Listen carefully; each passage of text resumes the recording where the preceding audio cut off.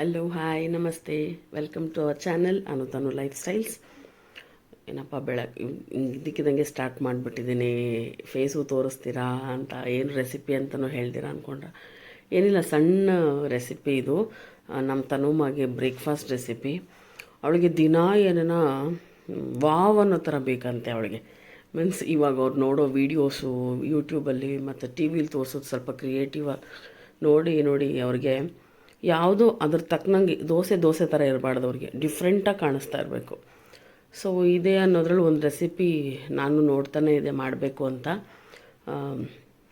ಏನಂದರೆ ಇದು ಚಿಕ್ಕ ಇಡ್ಲಿ ಥರ ಮಾಡ್ಕೊಂಡಿದ್ದೀನಿ ರೈಸ್ ಫ್ಲಾರಲ್ಲಿ.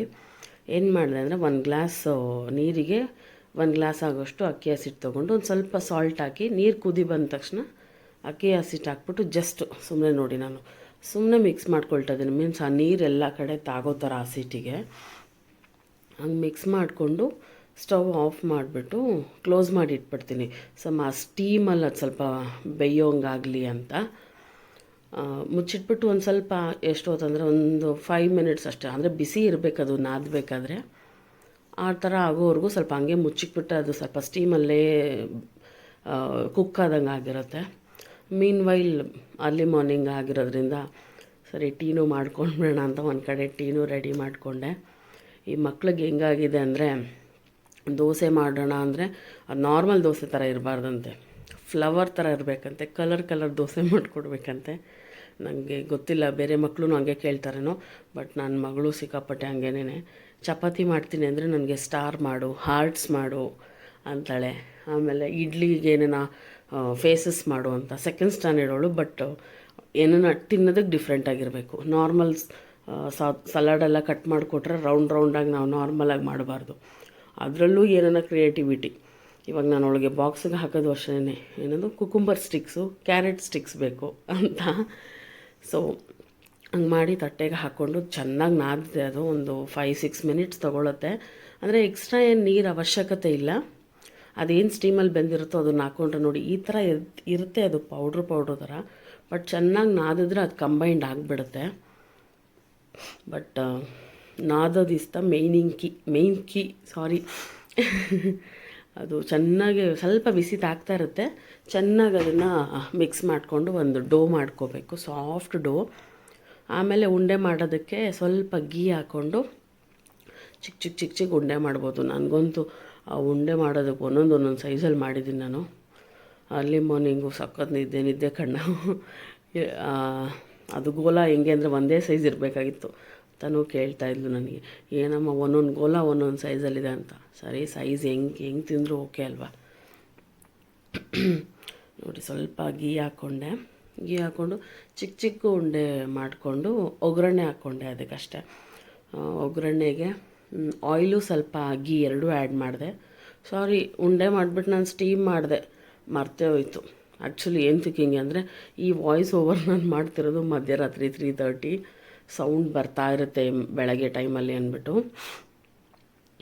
ಇದನ್ನು ಉಂಡೆ ಮಾಡಿಕೊಂಡು ಇಡ್ಲಿ ಸ್ಟೀಮರಲ್ಲಿ ಒಂದು 8 to 10 ಮಿನಿಟ್ಸ್ ಸ್ಟೀಮ್ ಮಾಡಿಕೊಂಡೆ ನಾನು. ಅದನ್ನು ಇಡ್ಲಿ ಪಾತ್ರೆಯಲ್ಲಿ ಇಡ್ಲಿ ತಟ್ಟೆಗಳಲ್ಲೇ ಇಟ್ಟುಬಿಟ್ಟು ಅದಕ್ಕೆ ಸ್ವಲ್ಪ ಗೀ ಒರೆಸಿ ಅದನ್ನು ಒಂದು 8 to 10 ಮಿನಿಟ್ಸ್ ಸ್ಟೀಮ್ ಮಾಡಿಕೊಂಡ್ರೆ, ಮೀನ್ಸ್ ಒಗ್ಗರಣೆ ಹಾಕಿ ಕಲಿಸ್ಬೇಕಾದ್ರೆ ಒಡೆದೋಗಲ್ಲ ಅಂತ ಅಷ್ಟೇ.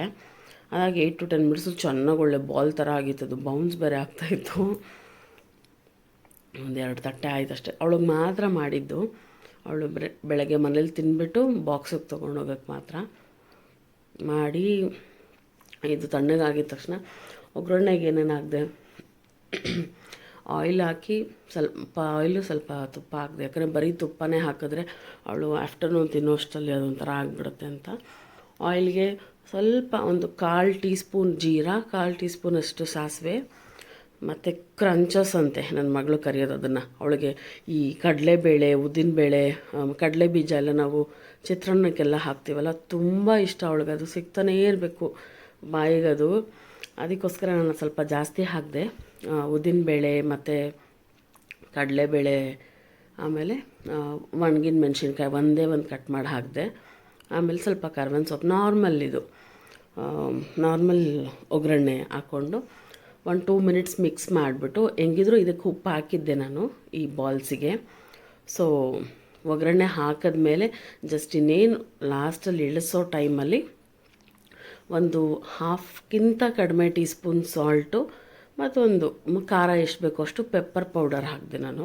ಆ್ಯಕ್ಚುಲಿ ಇದು ಸಾಸಸ್ ಎಲ್ಲ ಹಾಕಿ ಮಾಡ್ಬೋದು, ಬಟ್ ಅವಳಿಗೆ ಅದು ಕ್ರಂಚಸ್ ಥರ ಮೀನ್ಸ್ ಬೇಳೆಗಳೆಲ್ಲ ಇಷ್ಟ ಅಂದ್ಬಿಟ್ಟು ನಾನು ಈ ಥರ ಮಾಡಿದೆ.